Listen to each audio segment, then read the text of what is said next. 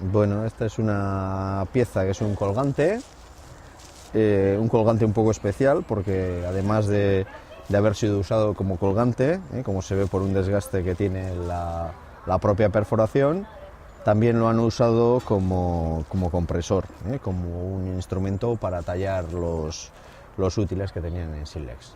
Calculamos que tiene unos 25.000 años porque es aproximadamente la fecha del contexto de los otros elementos que aparecen en su contexto.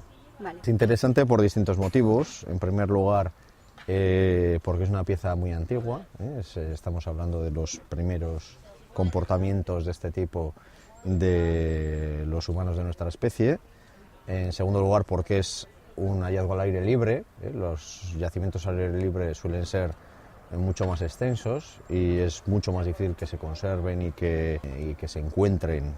Además, este tipo de piezas, este mismo yacimiento tiene del orden de 80.000 metros cuadrados con restos de materiales, pues se puede uno imaginar lo difícil que es terminar dando con una pieza de este tamaño.